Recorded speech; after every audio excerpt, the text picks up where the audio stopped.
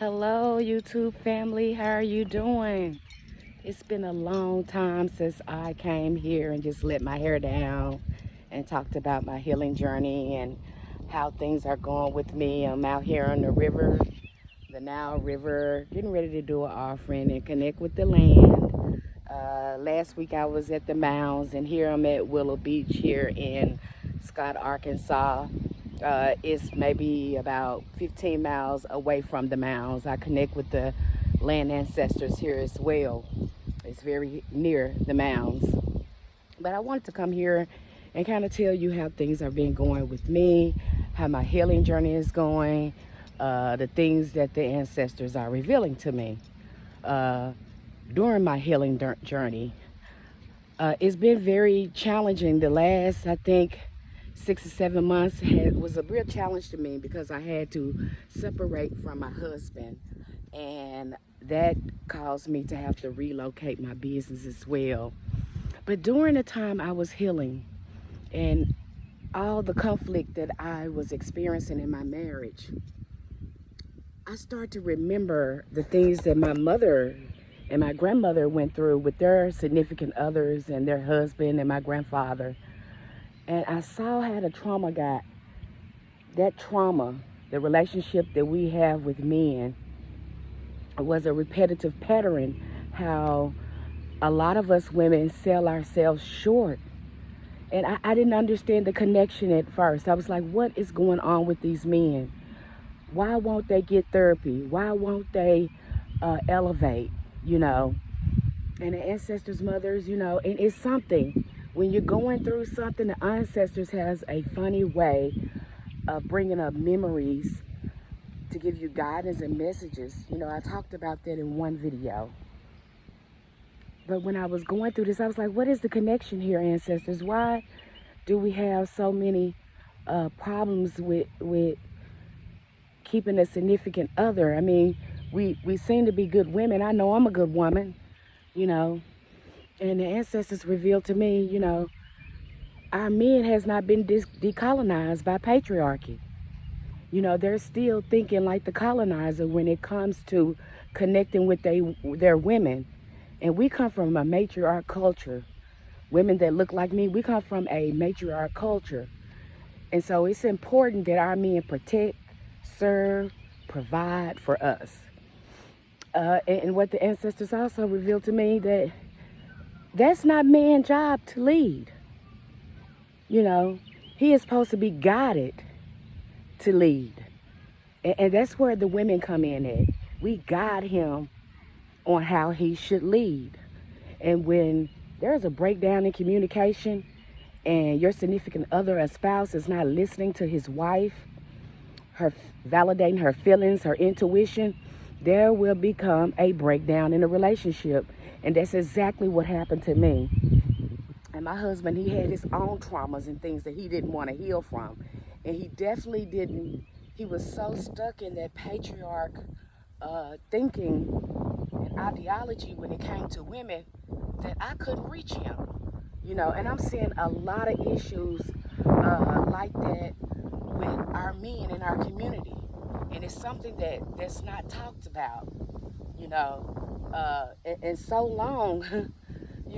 We have been under this patriarchy rule, and you see it in our Bibles too, that women, we barely have a voice, but yet we are responsible for civilizations. How can someone lead me and I'm responsible for giving them life? Does that even make sense? He's subordinate. Men are subordinate to us. So why would they be leaders when ancient history and before we were colonized, women were leaders? I mean, civilization was in its golden age when we were leaders. Now we allocated our powers to the patriarchs. Again, we allocated our power, giving them some power, and that power was usually to enforce laws and protect us. So much insight came through, and I stayed depressed for a long time. I was like, how am I going to recover from this marriage? I have invested so much. I've just opened my store. What am I going to do? You know, but the ancestors said, we got you. We got you. But what was so crazy about that, because I was being hard-headed, is the ancestors was giving me messages about betrayal, but I just didn't put it together with my husband. I didn't think the person that I was sleeping with, laying down with me, was betraying me and trying to suck out my life force energy. That's basically what was happening there. And so I stayed depressed for a long time. And not long after I moved out, you know, you guys, I was healing my mother wound. So my mom, not too long, passed away. And that was something too, because 3 days before she passed away, I had a dream about her. Again, you know, I have these dreams about the ancestors. I don't know, it seems like they seem to come to me. I got these bees around me, so I must be vibrating high today. So it's something. I think this is some kind of pattern, because I have these ancestors coming to me when they pass over. But anyway, 3 days before my mom passed over, I think she was transitioning then, I had a dream about her. It was just so, it was so odd, because in the dream, she was dressed up like this beautiful goddess. She had these crown of roses and flowers around her head. She was surrounded by this beautiful vegetation and flowers, and she called out my name. She was standing by this beautiful tree, and she called out my name, and she jumped in the water. She had this beautiful gown on too. She jumped in the water, and then her dress changed, and she kind of waved at me. And I woke up and I was like, oh my God, that's the strangest dream. I have never seen her like that before. I had never seen her like that before. And I didn't know what to make of it. And then 3 days later, I got a message saying my mom had transitioned. And I didn't know how to take that. You know, I had a very complicated, complex relationship with my mom. She was the narcissist in my life that really put me on the road to healing. And so it was very complicated grief. And then the relationship with my sisters is still strained because of so much damage that my mom had did in our relationship. And I was just like, wow, man, I don't know how to take that. Me and my sisters were still estranged from each other. Even in her death, she left this wound here. And I just, you know, I've done all I could do to heal it. And the only thing I can do is work on myself and reset my own generational line and make sure my daughters don't have to go through that. But it's very interesting grieving from that. And the thing about that too, I think I grieved so much during my healing journey about our relationship that I couldn't really cry. I felt a little relief, because she always wanted to die. She always wanted to die. She always talked about death. She always talked about her not wanting to be in this world. She was just so much in pain and experienced so much trauma. I don't think she wanted to be here, you know. I was kind of happy she passed over, because she wouldn't have to keep acting out these karmic loops and creating more dysfunction in the family. And of course, my oldest daughter, was touched by her in such an impactful way. I'm still repairing our relationship, but you know, it's kind of hard, but the ancestors have been helping me. The more I focus on myself and my own healing and my own grieving process, the better I get, you know. But, you know, I wanted to come here and share my healing journey with you. You know, I don't know how many of you women, I thought this is important. I don't know how many women are experiencing these difficulties with men in our community. And after leaving this marriage and starting over, and I'm just so happy the ancestors just showed up and showed out for me. I mean, they made sure I was financially secure. I was worried about all of that. And they just, oh my gosh, money just started coming in. All my blessings just start flowing in. after I did my move, that shift. I was so worried, but the ancestors are taking very good care of me. But I was telling my daughters, after this marriage and this experience in this marriage, this is my third marriage, and I call myself a good woman, I think I do pretty well, upfront and honest, and tending to my so-called wifely duties. But I told my daughters, I said, hey, I can't really co-sign you guys getting married. I mean, because it seemed like us women get the short end of the stick. We become servants. Our energy be drained. They want us to go 50-50 with rent. And men are supposed to be providers. In other ethnicity, ethnic groups, men are good providers. But when it comes to the black community, our men, we haven't held them to a higher standard. And they are immersed in this patriarchy ideology. It's so hard to reach them. But it really doesn't surprise me, because they were the first ones who betrayed us, the black woman, the matriarchs, the queens. And there's a big wound there in our community. There's so much room for shadow work in our own community when it comes to this. So much healing needs to happen. But I said, I can't recommend this for you, for my girls, because I don't want them to be known as servants or to be abused in mind, body, and spirit.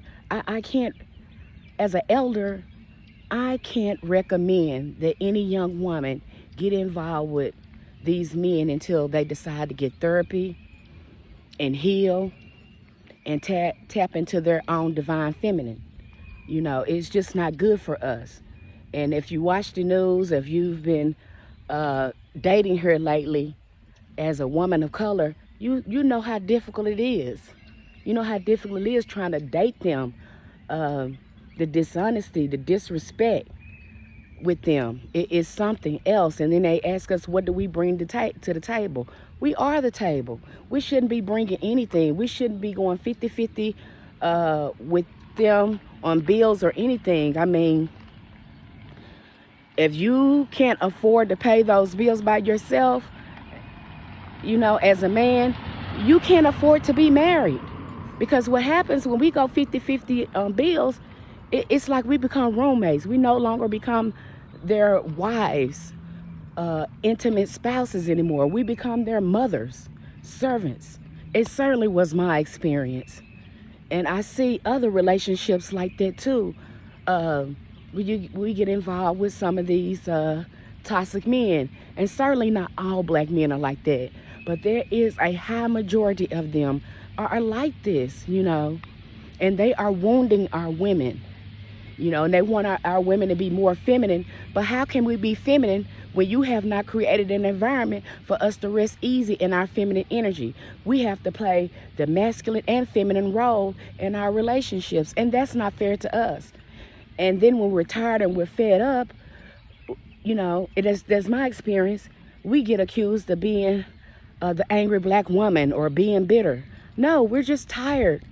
We're tired of being misused. We're tired of being abused. Now, just think of how many of our ancestral mothers, because I know, listening to the story of my grandmother and the relationship she had with my grandfather, I was astounded when she told me what kind of man he was. He cheated on her. He would spend weeks away at a time. He'd come back and give her venereal diseases and stuff, and then blame it on something else. I couldn't believe it. I could not believe it. She was married to him for 23 years. And I could not believe he was that way. It certainly made me look at her in a different way. I felt a connection with her, because during the time she was telling me this, I was going through some conflict with my oldest daughter's father, kind of similar to that. And I just couldn't believe it. And of course I saw my mom go through conflict in her relationships with men, as well. So, sometimes it's not us. There's a combination of things that need to be healed to help women and men have better relationships. And I'm certainly learning that now, beloveds. Um, but it's, even though it was very bitter, but it's also sweet at the end because I'm gaining so much insight, so much wisdom from the experience, you know.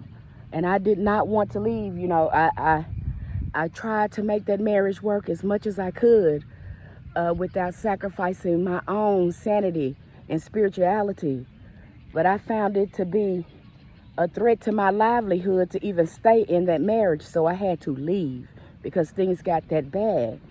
But I want to encourage you, women, and I want to share this experience with you, to keep going, to do your healing work, to look deeper, at your relationships with the patriarchs, with them being here, to hold them accountable. It's time that we have higher standards. Us women of color, we deserve to be taken care of. We deserve to be protected. We deserve to be heard. We deserve to be served. After all, we are responsible for civilizations. And it's about time we are treated that way, And I just wanted to come here and share this message with you. And I continue to do my shadow work. I continue to work the Know Thyself program. And I don't think if I wouldn't have had that program, if I was not doing my shadow work, I don't think I would have recovered from this marriage in a positive way. So because I've been working on myself and because I have this relationship with the ancestors, and I'm so deep rooted in my spirituality, I was able to recover and do the healing that I need. So, I just want to, empower you and encourage you, women, to keep going. And for you men of color, do the healing work. We want you in our lives. We do. We want you in our lives. But if you're not willing to grow and if you're not willing to heal, then it's not good for us to have you in our lives. We deserve better than that. Our ancestral mothers have went through so much. You can't imagine how many women were killed for the sake of patriarchy. And that is the honest truth, I'm now on TikTok a lot, and I have a lot of fresh videos over there if you want to follow me on TikTok. But I'll be making some posts from TikTok to here. And I thank you so much, all my followers. I thank you so much for being a listening ear for me and supporting me on my journey. And I hope this message resonated with you. I hope it gave you insight and wisdom and gave you some direction of what you need in your life. I just had to share my journey here. At first I didn't want to share it, and something was like, Ancestor said, you need to share this. You're not the only one going through this. Share this because this message is going to help someone else. So today I say no more, women of color. We deserve more. We founded civilizations. I hope this message resonated with you. I hope you found it very helpful. Light, love, namaste, ashe, love one.